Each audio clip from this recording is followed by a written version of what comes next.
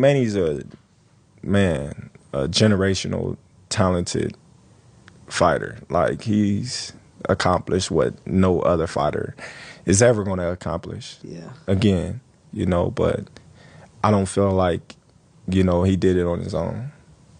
That's me personally, because for the simple fact, when Floyd made it a point for him to do the blood test, he didn't want to do the blood test.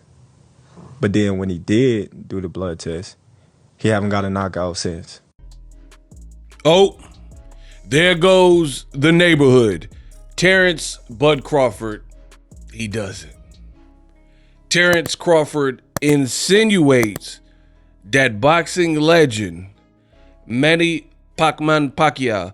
I believe he's going to participate at my fight with Ricky Hatton. From General Santos, Philippines.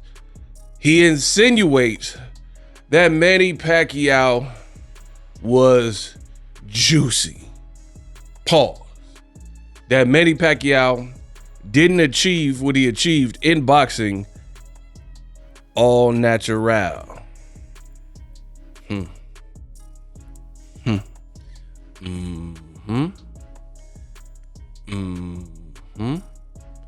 this video, that's what I want to break down. Let's get unpacked. We unpack. We unpack. We unpack. Coming to you live, Boxing Ego Unpack. Yeah. We unpack. We unpack. We unpack. Coming to you live. So you guys heard it. Terence Crawford was on Kamaru Usman UFC Fighters podcast, Pound for Pound. And he is basically implying that Manny Pacquiao at some point in his career was on something. Now, I find it funny because you notice old media, right? They'll have their favorites. And I think it was shown here because they were talking about the best fighters, and Crawford was saying legends like Pernell Whitaker and whatnot. And out of nowhere, Henry Cejudo, who's the co-host, was like, what about, I'm surprised you didn't name Manny Pacquiao. And that's where Terence Crawford expressed himself and explains why he omits a guy like Pacquiao from his list. And for him, it doesn't make sense to put Pacquiao on that list. And what he said was basically implying,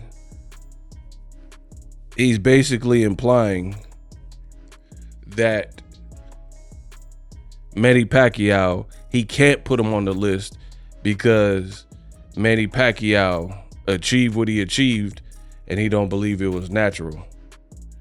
Wow. Wow. And I like to be very direct, so I want to listen to it one more again. Ayo, Genuine, make him dance. And there's so many more. Like, you got Sweet Pea, you got so many other fighters. But you don't put Manny up there. That's surprising to me, honestly. It's a reason why he's not up there. But you why? should know that reason. I want to hear from you. We talking to you. Thank you. Know from you. Thank you. Come on, man. It's your interview. Man, Manny's a generational talented fighter. Like, he's accomplished what no other fighter is ever going to accomplish. Yeah. Again, but I don't feel like, he did it on his own. That's me personally, because for the simple fact, when Floyd made it a point for him to do the blood test, he didn't want to do the blood test.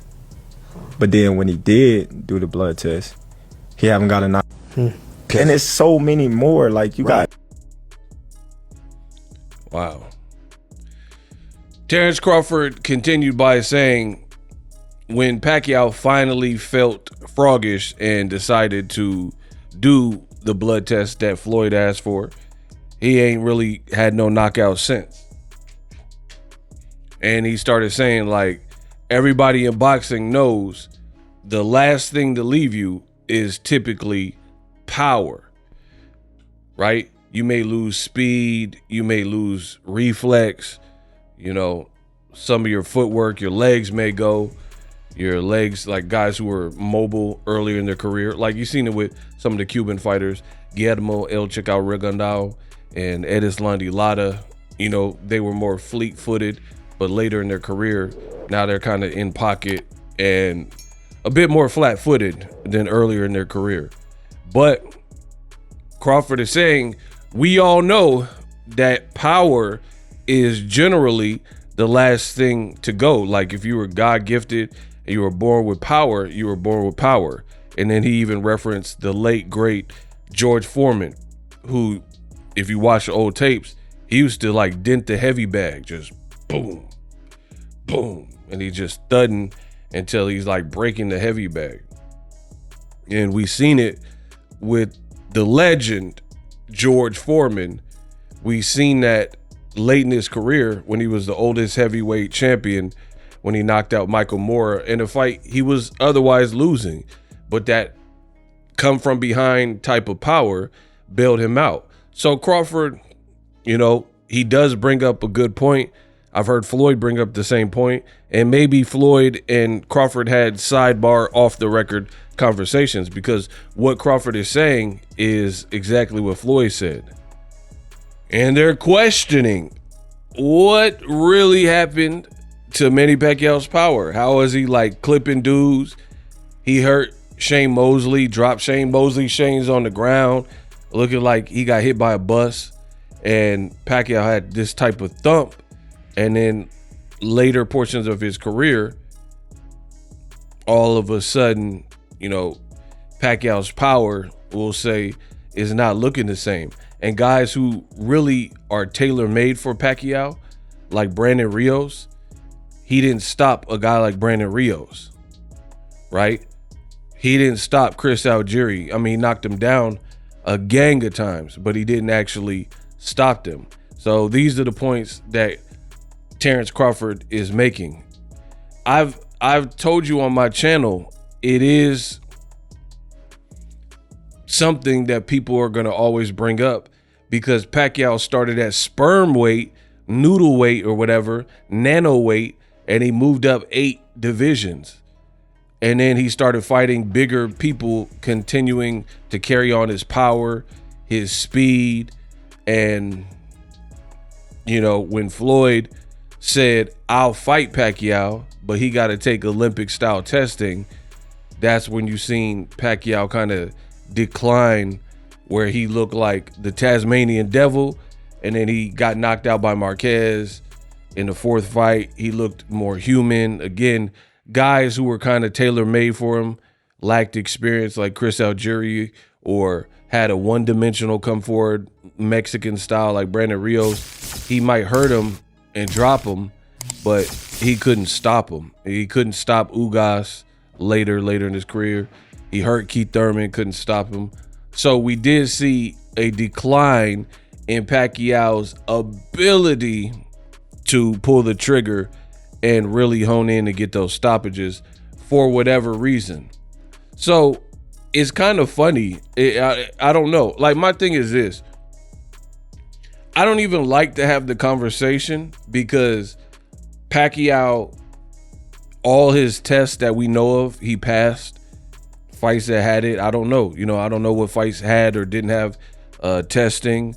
He's passed. So it's like really a dead end conversation until more information came out or somebody leaks some type of details. Like, you're kind of dead in the water. You don't have like a case. Like, for example, if police suspect that this guy is the shooter, but in the court of law, they know they don't have a case to prove it, then it's like, what's the point of bringing forth charges and charging the person with the 187 if you wouldn't be able to prove it in the court of law. So not just Pacquiao, but there's a lot of guys that I believe have dabbled or done stuff in boxing that goes outside of the rules, that is unnatural, aka PEDs, juicing, and they just haven't been caught for it. Now, it's funny because I've also said this when the Devin Haney situation came out, right? Devin Haney, Ryan Garcia, Ryan Pop for Osterine. We all know how that played out. But I distinctly remember being the best in the business, and it's not even close. I said this to my audience and the viewers. People were making a big deal about Ryan and Devin because it was somewhat of a high-profile fight or named fighters involved in that. And people were like, oh, man, Devin, he lost because Ryan had a SARM in his system. But all PEDs are not made equally, right? Some are harder, some are more hardcore. What Ryan got busted with is a SARM. That is not the hardest, most hardcore substance, we'll say, right? So I personally don't think in that given situation that Ryan having Osterine in his system is the only reason that Devin looked like he did. Devin and his fans, the Haneyacks, they try to jump all over it because they felt like this is our way out to explain why Devin Haney looked so bad. Like, Osterine is not making you into a Marvel superhero where Devin got hurt in the first 30 seconds of round one. Osterine ain't gonna do all that. You know what I mean? Like, Osterine by itself, and only taking it the night of the fight and the day before or whatever, like Ryan got busted. This is not to condone drug usage. I don't believe in drug usage. I never do drugs. I've never done drugs, etc. But I remember people, when it came to the Ryan situation, they leaned in heavy on that. And I made the point that there's other people in boxing who have fought fighters that were on something, undetectables, and had been cheating in camp or whatnot, and they just didn't get caught. So I firmly believe that. So you guys are just going off of like Devin and Ryan because it became public knowledge. But I firmly believe we have watched fights with high profile people in the sport of boxing where they passed all their tests some kind of way, but they were cheating. And I know some things in this boxing game, and luckily I'm not a messy person, so I'm not going to put out all things that I've heard in this industry, but I know of fighters personally and their teams, and let's just say it's not looking good. There's a lot more beneath the surface that some of you guys don't know about. And I'm talking about high profile people. We're talking undefeated fighters, champion fighters, and I've heard some things. But again, for me, it's not really my style to go off the deep end and start pointing the finger without any way of proving it. So Terence Crawford doing it, you know, he spoke his opinion, which was surprising that he just came in shooting shots. And I just feel like it becomes a hard subject matter because some people are going to be like, F you, da-da-da-da. Like, basically, it's what I said earlier. If you can't prove it, then it's like, we're just going to go around in circles. So, yeah, I understand where Crawford's coming from in terms of there is speculation on certain fighters that they did underhanded things to achieve it. With that being said, though, I got to keep it fair and I got to keep it 100. People have even accused Crawford being with Snack and Victor Conti of being on something. So it's actually kind of funny because you got Bud and he's calling out Pacquiao, but then you have some fans, like I said, in all fairness, they called out Bud, said in the Errol Spence fight, they think he could have been on something. So that's the danger about this aspect of it. And Bud has to know that by taking shots at Pacquiao and accusing Pacquiao of something, people are going to be like, you're wrong. Pacquiao's all natural because he never failed. And they're going to say, oh, Pacquiao should sue you, blah, blah, blah. And they're going to hold up that mirror and say, you know what? I think Bud was on something. Because, again, I have heard people say that. They've said, how is he going to move up and fight Canelo at 168 clean? Why is he with Victor Conte? He looked crazy versus Errol Spence. So that is the danger about, you know, not having proof of what you're saying and then putting it out there like that. So I'm not going to say he's right or wrong. I don't care. Crawford said it. It's already in the atmosphere. I'm just making content about it. But there are questions in this boxing game, and boxing has a lot of deep, dark, dirty secrets, and it'll probably come out. They'll do the dark side of boxing, you know, and come out with specials in the future about things that went on that the public don't know about. So interesting that Terence Crawford elected to go there and, you know, put it on record, because again, I've had conversations. I'm not going to say a bunch of names, but I've talked to people who believe Pacquiao was on something. Sidebar conversations. And like I said, I'm not a messy person. So if I had off-record conversations, it stays off record. I'm not like a blabbermouth. So you're not going to get that information out of me. But I'm just telling you, because there's no way you'll know who I'm talking about anyway. But I have talked to professional fighters that you guys all know who they are. And some people believe that Pacquiao was on something.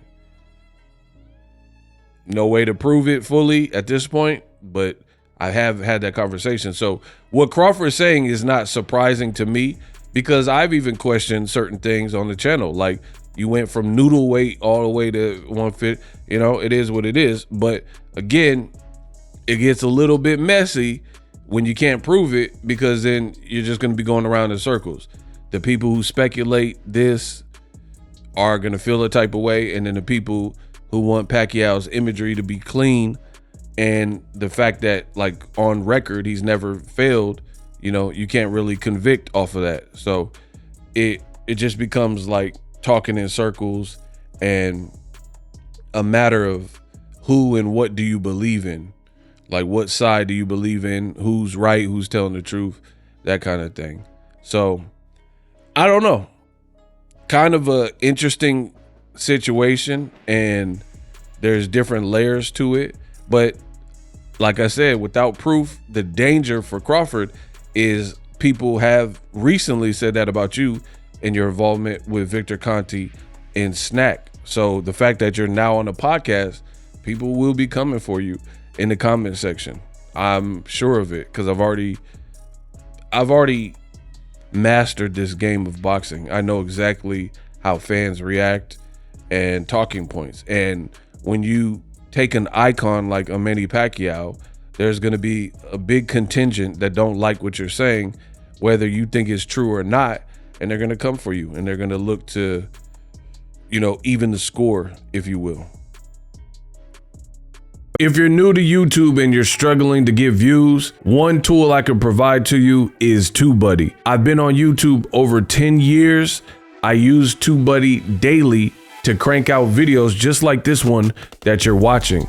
Learn how the pros do it with TubeBuddy. YouTube receives a lot of traffic, which also means a lot of creators, a lot of people putting out content. So you need to learn the ropes so you know how to separate yourself, especially if you're new. But even if you're a pro, use TubeBuddy. The link is in the description. Get more views, more subscribers, and a higher click-through rate, so ultimately you can realize all of your online goals. Use my affiliate link in the description and grow your channel fast.